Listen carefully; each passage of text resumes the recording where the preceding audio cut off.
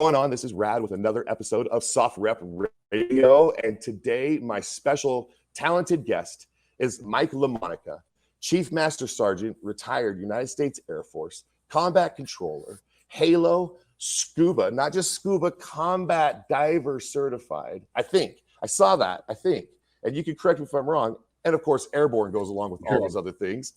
So, welcome to the show. Hey, thanks, Rad. Appreciate you having me on the show. Very much. Now, I like to ask this of a lot of my airborne questions here is, did you ever have anything happen to you while you're jumping out of an airplane? Like anything scary where you're like, why did I do this today? Well, yeah, I have. Jumping out of an airplane is an unnatural thing to do. So I've unfortunately flown into fences at high rates of speed, which was never fun. Spent a couple of days in the hospital after that. One of my jumps in combat, when I left the aircraft, I had a piece of gear shake loose and put me in a spin. So I had to counter my spin while I was in free fall, which was not fun. And we had almost zero illumination that night. So making sure I was falling flat and stable, countering my spin and keeping my eye on my team because, we all had chem lights on our bodies. That was a bit of a sporty event in and of itself. So you hit the ground, and then your thoughts are what? Well, I mean, it's when you're in free fall, you're moving 120 miles an hour with gear, like you got O2 masks on, you got weapons, you got all your equipment hanging between your legs. So really, you're just trying to make sure you're flat and stable and in a good position to get with your team, so that when you open your parachute, nobody's above you and you're not backsliding away from your team and things like that. Once you get under parachute, everything gets a lot better, right? Things slow down. You're able to control things a little better, assuming your parachute opens the way it's supposed to. After that, it's just looking at your team, getting behind somebody, get into a stack, and you all kind of make your way to the ground together.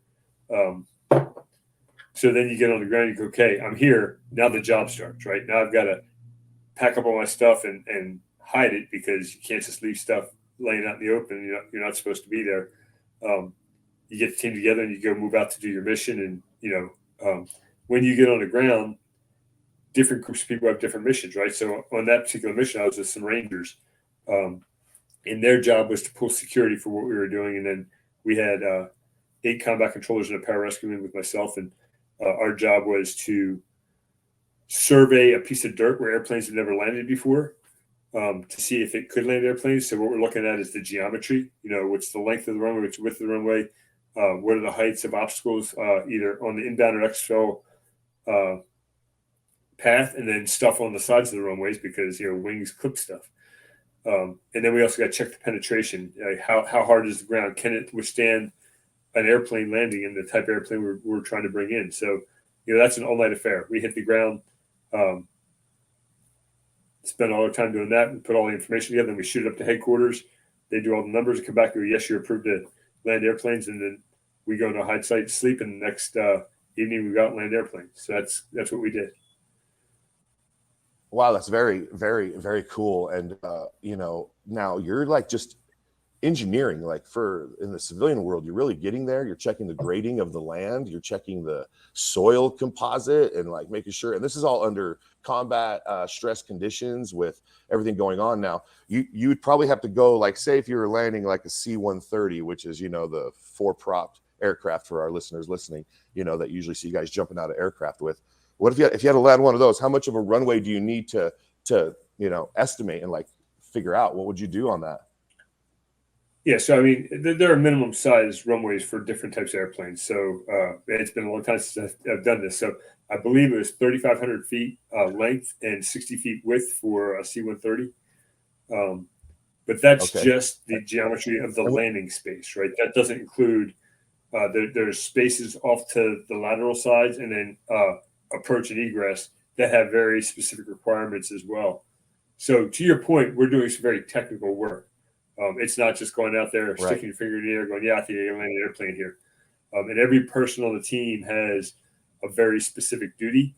And then you got to know somebody else's job as a backup, right? Because if you're going in with 6 combat controllers, and that's the people who are doing the survey, all it takes is one guy to go down, and then you can't do the job if you're not cross training each other's specific skills for that mission. But it was a great opportunity. I mean, it's a once in a lifetime opportunity to do that in combat. And we spent a lot of time training just to prepare to do it. There's nobody else on the planet that does that, especially at that time. Since those days, there are other services other nations who stood up a combat control capability, but none of them have 7 decades doing this. Right. And one thing that was instilled, I believe, in your training from my experience with you guys at the training grounds is you're carrying a rock everywhere. Do you know what you could tell me about this rock that's so significant that, during training, you have to carry a rock everywhere and it can't be left behind? Can you tell me about that? That's right. So it's really attention to detail and teamwork. So that is absolutely a true statement at certain portions in the pipeline. And the pipeline's a 2-year training evolution, right? The team picks out a rock, and so what we typically do is we take students down and you go, everybody go grab a rock, and they would come out. Some guys would grab a really small one because they know what's coming, and instructors the other way. We'd have one instructor who'd pick what the final rock was, and they all came in about the same size, and then we gave them the ground rules. This rock can never be out of arm's reach. This rock has to be with you everywhere you go. Everybody has participation in this rock, so it's very much team building, attention to detail. And it's funny, I spent 3 years as an instructor. By about the 3rd class, you knew when the rock was going to be out of arm's reach. Like it was just a matter of time that it was coming. So you became heightened aware to it. And the students, they take ownership of it, right? Each class has its own personality, so they paint it the way they want to paint it. They put names and dates and numbers and things that are meaningful to them on there. So it's also, I'd say, part of our culture, if you will. So, that's a story you have forever. As a matter of fact, one of the students I had, yes, this rock, he kept it for years. And this is what he sent me about 5 years ago. So it's got his class date on it. And he has a cutter that cut this rock apart. He sent me a piece. He said, I've kept it ever since we graduated. And I'd like you to have a piece of it because you were one of our instructors. So again, it's part of our culture. It's a maybe not a critical thing, but a unique thing that we do. Very cool that you have that, and I'm glad I asked that question. That was just been up in my head, so I just wanted to. That's great. Awesome. And now, does the rock, is that supposed to be like a radio? Is that, you think, sometimes could be like, don't ever leave your radio behind because you're so important with a radio, right? Well, it really, I mean, when we talk about the arm's reach, that's a weapons thing, right? You can never have your weapons out of arm's reach and unsecure, unless the cadre tell you, okay, everybody stack your weapons, and they put them in a pyramid and they go off and do their thing. But in general, once you have your weapon, you cannot have it out of arm's reach at any time, nor can it be unsecure. So the rock kind of facilitates that. It also, it makes things a little more difficult. So we're on a 6-mile run and you have a class of 8 guys and they've got to carry that rock with them, right? They've got to pass it around. So there's a lot of communication and coordination, and it just makes things a little more challenging. The only time that they don't carry it on runs is when they're actually being graded on a run. Hey, Friday is an evaluation. You're doing a 6-mile run. You've got to run a 7-minute pace. Nobody's carrying the rock at that point, but all team events, they're carrying it with them, unless the cadre take it away and say, hey, you can secure your rock and go do your other stuff. But it does a lot of things, not the least of which is build character, right? Everything's more difficult when you're carrying a rock with you. I would imagine. Yeah, it's just going to add that much more awkwardness to the situation. They can't create a bag or anything. They have to physically carry it. So it has to always be handled, and it's probably awkward. That's right. That's right. I couldn't tell you where that started. I know we've been doing it for decades, and it's just something that we do. It's part of the culture, and I think everybody has fond memories of it. It's not fun when you're running with it, but when you look back, you go, man, look at the things we did. We did all this hard stuff, and there were times we were out running 6 miles with a rock, and you're carrying it on your shoulder and handing it off to somebody else, and it's pretty neat. Pretty intense. Yeah. Right. Is that what you expected when you joined the Air Force, was such intense training and just going right at it? Because you went straight from basic to pipeline, right? You were just good to go. Yeah. It's, when I joined in 1987. There wasn't a whole lot of ability to get information, right? You didn't have the internet. So Right. when I tried to join the service, I was going to go do special forces in the Army. My godfather was a special forces in Vietnam, and I idolized him. And both my grandfathers were military vets, so that to me was the path. And about a couple months before I was graduating high school, I was told to be special forces, you have to know another language. Well, I didn't know another language, and there was no way for me to go look that up, so I just believed what I was told. So I went, well, if I'm not going to go special forces, I'm not joining the Army, because I'm not going to go. The Army doesn't have the best reputation, especially at that time. So me and a buddy of mine decided we're going to join the Air Force. A couple weeks beforehand, he bagged out on me, so I just went in. I was going to be a cop for a couple years. In basic training, I learned about combat control and pararescue, and I went, wow, that'd be kind of cool. So I went and tried out, and to my surprise, I got selected. At that point, I said, well, let me just go do this thing. I'll give it my best shot. And my theory was just don't quit and you'll be fine. And that worked out for me. Every day was a difficult day, and I stayed there and ultimately graduated our indoctrination course. But to your point, nobody associates the Air Force with that level of intense training, right? And nor should they. The Air Force typically doesn't do that, right? A lot of people have very administrative jobs. It's very fighter pilot centric. And telephone pole climbers. They run a city. That's right. Police. Yeah, like a city. That's right. With its whole administration. Yeah. That's but right. Behind the scenes, but you've got the Halo and the Airborne. Yeah. And there's not a lot of them. Like the Air Force has 330,000 people. Between combat control and pararescue, there's 900 of them in the Air Force. 200. You throw tactical air control party Altogether. guys in there's another 800. Yeah. So there's there's less than 2,000 people that do this type of stuff in the Air Force. Yeah, it's not many. It's like a 0.5%. Yeah. Yeah, it's pretty small. But for me, it's why I was there. Like I didn't join the military to not go to war, right? I joined to go fight wars. So I actually found my home there. As a matter of fact, when I showed up to our initial course, I walked in and I went, well, this is where I belong. These are the type of people I need to be around. Everybody was motivated, moving with a purpose. I knew the training was going to be difficult. The instructors, while they were hard on you, they treated you like an adult. And the military doesn't always do that, right? Sometimes the military just coddles everybody. So I really enjoyed the environment. And that's what kept me there more than anything, was the difficulty of it. Yeah, and that's that special extreme athlete that's within you, and I talk to a lot of guys like yourself, including my father, who was a Green Beret, constant marathon runner, constant ruck marcher, constant, like, hey, let me sit on your back while he does push-ups, and it was no problem for him. It was just constant. So, to you guys out there, that's from me to you, for all of your rucking and compression from your PLFs and landing and constant, training. And, Sure, and I'm paying for it now, but that's okay. Right, because you got out about 10 years ago. Is that right? Yeah, so 2011 is when I retired. I spent 1987 to 2011, just about 24 years. In the entire time, either in the pipeline training or as a combat controller. I loved it. I'd go do it all over again. If I could relive my life and go do it all over again, I'd do it in a nanosecond. It was great. I'm going to be bringing on another guest here in an episode, and he's now crossed over into MMA, and his name's Connor Matthews, Connor the Controller Matthews.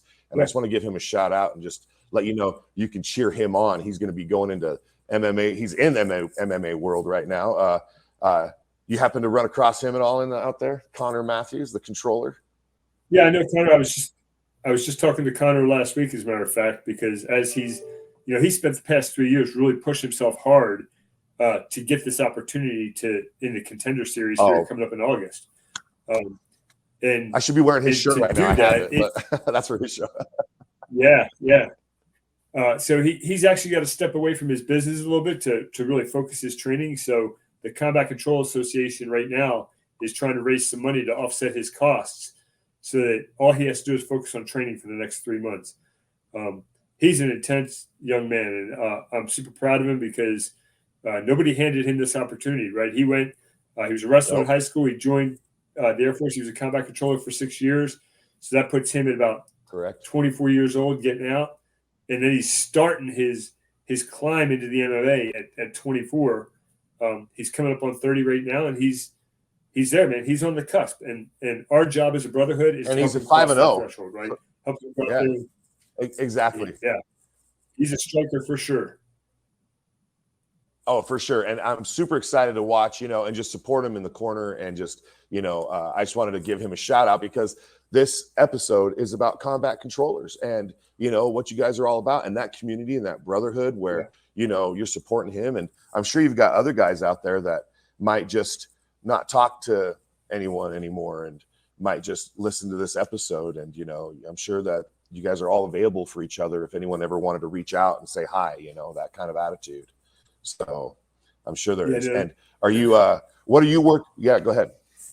Tell me about your Combat Controller Foundation, please.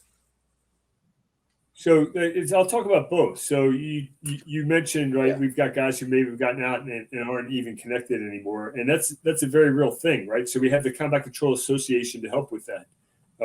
And we welcome any of the combat controllers. If you're not a member, go to combatcontrol.team. It's a website. You can join the association. And that's a way of getting back into the fold, right? We send information out. We actually have a board that represents you. And we do things like host reunions and things like that. On the other side of the house, we have the Combat Control Foundation. We share a website. So the Combat Control Foundation is also at combatcontrol.team. And the foundation raises money to take care of people in our community. In this world, in special operations, or even when you start talking about infantry and things like that, it's a dangerous place to be. Guys get injured all the time. And not only are they physically injured, they come away with having seen things that most humans don't. So our Combat Control Foundation, we host fundraisers and we raise money so that we can take care of our unique needs for our men and their families. We have a lot of folks who are struggling with a lot of things they dealt with over the past 20 years of fighting wars, right? Afghanistan started in 2001. It just ended in 2021, right? That's 20 years of fighting. Yeah, true story. And we had long time 70 guys in country the entire time. And we took guys virtually right out of high school, put them in a 2-year pipeline, and in 6 months after they graduated, they were out attached to a SEAL team or a Special Forces team or a Ranger team, and killing bad guys. That takes a toll on you physically and mentally. So our job is to raise money so we can take care of all their unique needs. Very admirable, very stressful. You guys are, again, extreme athletes getting spun up, shipped over to the conflict, ready for your mission. And then how many days is a tour for you, do you think, doing combat controller stuff? Is it a 90-day, 180 days? Is it the full year? Like, there is only 70 of you, right? Like, rotating. Well, no, there's more than 70 of us. We always had 70 guys in theater, so in country fighting. In the Air Force, there's about 350 to 400 of us at any given time. And we always had a squadron in Iraq and Afghanistan. And then as those waned down, we had people in Syria and other places, right? And they're still deploying. They're on a high ops tempo. So guys were gone somewhere between 200 and 225 days a year. A rotation was about 7 months. And what that looked like is you'd spend 6 months training for it. You're talking to the guy you're going to go replace. So he's in country. You're getting up to speed on all the things he's doing on a day-to-day basis. You're understanding the area he's in, the missions his team is doing. Mm-hmm. And for that 6 months, you're on the road training. You're getting all your jump quals, your dive quals, your JTAC quals, your air traffic control quals, all that stuff you're making sure you're ready to go so that the day you're ready to leave, you've got 100% qualification. You then get in country and you're there for another 6 months. So for a year, you're fundamentally on the road away from your family. So that's fundamentally what it looks like. Right. And so you have a very strong base, right? You have a very strong support group on the home front that was there and handled a lot of that hard work that you were missing out on, right? Yeah, I miss the guys. I miss the mission. I don't miss beating myself up, if you will. But it's a tough job. It's and we do have a good support network. I think our units do a good job of taking care of our people, and the families, they're just strong, right? It's the wives who marry combat controllers are they're very strong people. When your husband's gone 200 plus days a year, and over half that time, you know that he's out fighting a war and anything can happen at any time. The ability to just deal with that is incredible. On top of all the other mom and dad stuff that you've got to do on a day-to-day basis. We talk about preparing to go to war. The combat controllers, they're not just training like their counterparts, right? They got to be able to do what the Green Beret or the SEAL or the SF guy does, but they're also spending time training with the pilots. So we would line ourselves up to deploy right around the same time. So when I'm in my training cycle and I'm talking to a pilot out of Nellis Air Force Base, and we're doing training missions together, and we all deploy around the same time, he's now the guy over top of me when I'm in combat on the ground. So he knows me by name. He knows that, hey, Jag 28, that's Mike Lamonica. And he's more vested in me because he knows who I am. And we've trained together, so I understand what he needs, he understands what I need, and I can translate that to the ground force commander. When we're in a heavy firefight and nobody at this point is wanting to be nice. They're just saying, get me fucking bombs on target right now. I'm able to translate what he needs. Is that what that's called? What's that? Is that called a piss-off grid? Yeah, piss. It like could be. You're that's in a right. piss-off grid. Yeah, that's right. Just piss off. I had a friend. I had an F-16 colonel, and I had a friend who was a specialist 173rd forward observer, and they were talking to each other at an airsoft war game that I was hosting. And he's like, "You're ground control?" And he's like, "And you're air power?" And they just clicked right there at the airsoft game. And you would never have known that you had this former colonel who had come out with his sons to play airsoft. And then all of a sudden, my buddy who's home, he's like, "Right, I'm back. Let's play some war games, okay?" And I was like, and next thing you know, they're like, he's like, "Have you ever had a piss-off grid?" And I'm listening, right? And I'm like, "What the hell is a piss-off grid?" And he's like, "It's just where everything is pissed off. I ain't got no rhyme or reason, just get rid of it."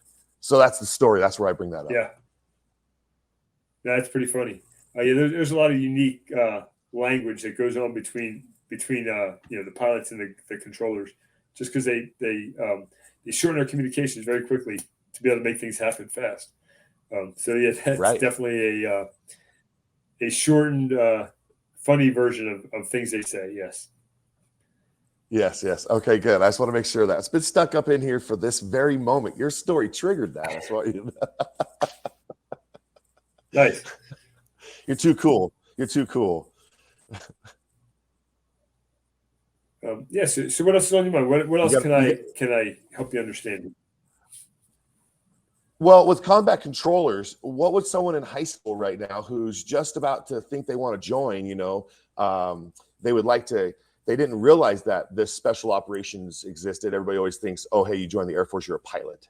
That's always like a misconception of that attitude. They don't realize there's people who do prescriptions and, surgeons and, the police department, the whole fire department. What would you say to someone who's listening to this, which, they will be? What's your advice for this high schooler? Was there Boy Scouts involved that helped you keep, on the right path? What do you think through high school kept you focused? Yeah, so I did all the wrong things. I did nothing to prepare. What I would advise a young person today is, first off, go to your Air Force recruiter and tell them what you want to do. And the Air Force has subcontracted people specifically to recruit for combat control. So if you go to an Air Force recruiter and say, I want to be a combat controller, or I want to be a pararescueman, or I want to be a TACP, Tactical Air Control Party, they will connect you with one of those very specific recruiters, their liaisons. And those folks will take you out and give you a physical evaluation, tell you where you're weak and strong, and they will work with you. So the earlier you do that, you could be in 10th grade doing that, and they will work with you all the way to the point where you ship off to the Air Force. So that's a great program that they have that absolutely was not available when I was a young guy. I would also go onto the internet and just type it in and understand it, right? So I get a lot of phone calls where people go, hey, I want to be in special operations. And I go, well, what do you want to do? And they go, I just want to jump out of airplanes. And I go, well, they all jump out of airplanes. But really, the difference is, what do you do when you get on the ground, right? Combat controllers are air traffic controllers who could survey survey airfields and land airplanes and drop bombs. Pararescuemen rescue people. SEALs, they do maritime interdiction. Army or Special Forces does foreign internal defense. So what's the job that really interests you? Figure that out and then go for that thing. Right. If you want to be a combat controller, then go talk to a recruiter, go look it up and get information about it so you can make a very informed decision. Right, because like what you said earlier in our conversation is you didn't really go in. You went in for like security forces or military police style, if you're listening. And then you were kind of found out in probably basic, like, hey, who's your fastest runner? Or, hey, have you guys ever thought about going through this course? And they probably introduced it to you and you were now aware of it, right? Because they will do that. That's right. Yeah, there's more information. So and there's also like a SEER. Yeah, like SEERs out there, those guys will come around to your training class and talk to your instructor behind your back, and they'll be like, hey, Bill, hey, Chris, who's your fastest guy right now? They're like, Mike. They're like, hey, come here, Mike. We want to talk to you. You want to eat bugs and grubs? Yeah, no, that is all very true. But it's I would recommend it as a great job for anybody. Like, you go in and you come out with a lot of skills. At the very least, you're an air traffic control qualified person. You've also done all these great things, and you've been selected, and you've worked through some very difficult stuff. The best thing about this community is the people you're around, though. They elevate you. They just make you stronger mentally, emotionally, physically. And so coming into the special operations community, that is a benefit. But for combat control, when I look back on my career, I felt like I was born to be a combat controller. I could have gone and done some of those other jobs, but maybe wouldn't have been as good at them. The balance of difficulty and technical, and I got to work with everybody, right? If you go join Special Forces, you're going to be part of a operational detachment. You're going to work with that 12-man team all the time, and that's who you go to war with. When you become a combat controller and you graduate and you're ready for war, you could go with a combat control team to go do stuff. You could be part of a team of pararescuemen to go rescue people. You could be out as a single person working with a Special Forces SEAL Marine team. There was a point where I was attached to the British SAS, and I was the only American with them, let alone the only Air Force guy with them. And you're given a lot of responsibility, and you get challenged to solve difficult problems under pressure situations. There was nobody else out there when I was with the Brits. Nobody could do what I did. That's why I was there. So it brings a lot of satisfaction when you're out doing those types of things, if you will. No, that's very awesome. Yeah, no, that is, and it's satisfying, obviously, for you. You've been doing it for so long. Obviously, you are supposed to be doing that. So again, you filled those shoes, and those that are behind you, you've just left them a cool wake to follow so they can do their flipboard tricks. Now, listen, I want to ask you a question from my Instagram. You're right. And I have someone out here named Bragg Conrich 472. I'm calling you out. He says, what was the scariest thing you've experienced doing while being combat controller? Well, there's a fair amount of, I would say there was a mission I went on that I didn't think I would come back from. The mission profile itself was it was high altitude. It was very dark. We were going in on helicopters. We knew that they could hear us coming in. The target we were going after was high profile. if all the intelligence was right, I thought for sure my helicopter was going to get shut down. So for me, that was the scariest thing. It was a come to Jesus moment. I had to sit back and go, all right, you're going to do this, and you don't feel like you're going to come back. So fortunately and unfortunately, the intel wasn't good. Fortunately, because I got to come back and I didn't get shut down. But unfortunately, we went in and hit this target, and what we thought was supposed to be there wasn't there. But that without a doubt was the scariest moment of my career. I've been on helicopters that were close to crashing, but I didn't know it until after I hit the ground, and the flight engineer said, "Yeah, we almost bit it in the side of that mountain." I said, "Well, I don't need to hear that." I purposely wouldn't get on their headset because I didn't want to hear those things. No, because they're chuckling about it, and you're just like, "That's not funny." Yeah. That's right. Yeah. Yeah. Geez. Okay. But I also tell you that, like, bro, the rotor went out, but we lived. You're like, "Don't tell me this. I don't want to know this." Any time that I jumped, I always had that, hey, this is dangerous stuff, and I was the guy who would always practice my procedures just to make sure that I had my stuff down. And what that teaches you is even when you're doing risky things, control what you can control and mitigate the risk as much as possible. But there are things that can happen out of your control, and at some point you got to be okay with that. And that over time changes a person in a very positive way, because you then don't get wrapped around the axle about things that you can't control. But it is right. The one mission I was talking about that we'll call the scariest point in my career. That was a life-changing moment. That's crazy. I mean, like, just the feeling of probably I've been in a helicopter. I've not had it feeling like it's going to crash though. So that would be, just hold on, huh? Yeah. To everything. Well, that particular mission, I thought, we were going to get shut down. One of the helicopters that was in our flight actually did crash. The pilot absolutely saved everybody's life. He auto-rotated and landed in a ravine, and everybody's on that helicopter could have easily died. Where he landed was between two big boulders. If he'd hit one of those, everybody on there would have perished. But man, he figured it out. Wow. He did it in quick order. And I have teammates who are alive today because of that pilot's exceptional skills. Can you go into a Bronze Star story for me? I know you got 3 clusters on that thing.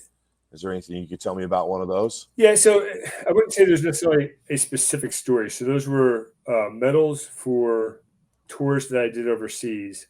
So the first Bronze Star I got was for the initial wave of people who went into Afghanistan in 2001. So 9/11, the towers get hit, Pentagon gets hit, and the plane goes down in Pennsylvania. We started training the next day for the target that we were going into. And we deployed in early October, and our first mission was October 19th, 2001. And that was a parachute infiltration into Afghanistan. I had about 20 of my teammates there and about 200 Rangers that went in with us. And we were over there for, I think, about 60 days. And in that time period, I did 3 parachute jumps into Afghanistan. I did a 10-day reconnaissance mission, and then a helicopter went down in Afghanistan. I happened to be in an area where the rescue was happening, so myself and a couple of my teammates were part of that rescue package. For all that stuff was my first Bronze Star. So there was no one single event for the Bronze Star. All my other deployments after that were similar. You went and did a 6 months worth of stuff, and they piled it all together and said all these things equal this medal. Correct. Okay. But still, wow. I mean, those Tora Bora caves that were the very beginning, and trying to work your way all around that mountainous region. Where do you come from? Where did you train at versus where you got to? Like, what was the elevation? I mean, you had to get acclimated. I'm here in Utah, so I know Dugway exists. That's right. For the initial wave, we were at sea level. So we were training in North Carolina at sea level. We went over and we were operating at higher altitudes.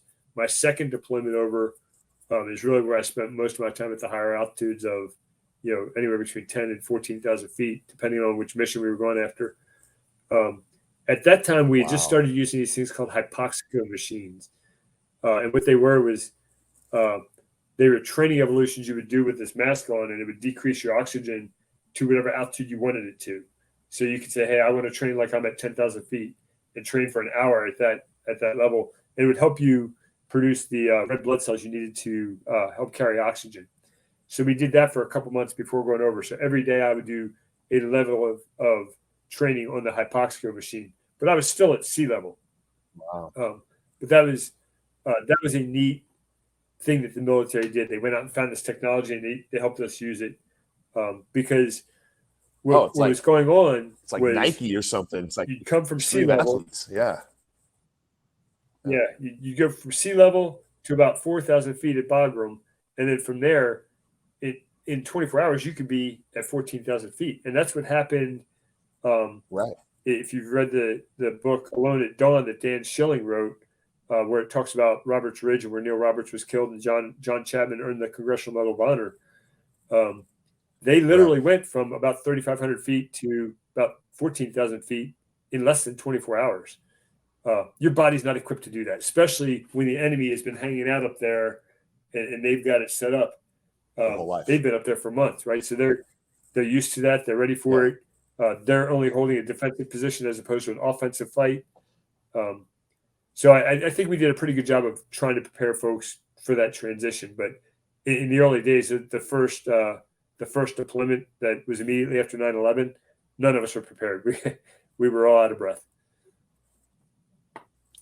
Wow. What amazing feats you have completed. And, I know you're on a time schedule, and I'm going to give you some time to prep for your next thing that you're going off to do. You just jumped off of the last meeting and got on with us.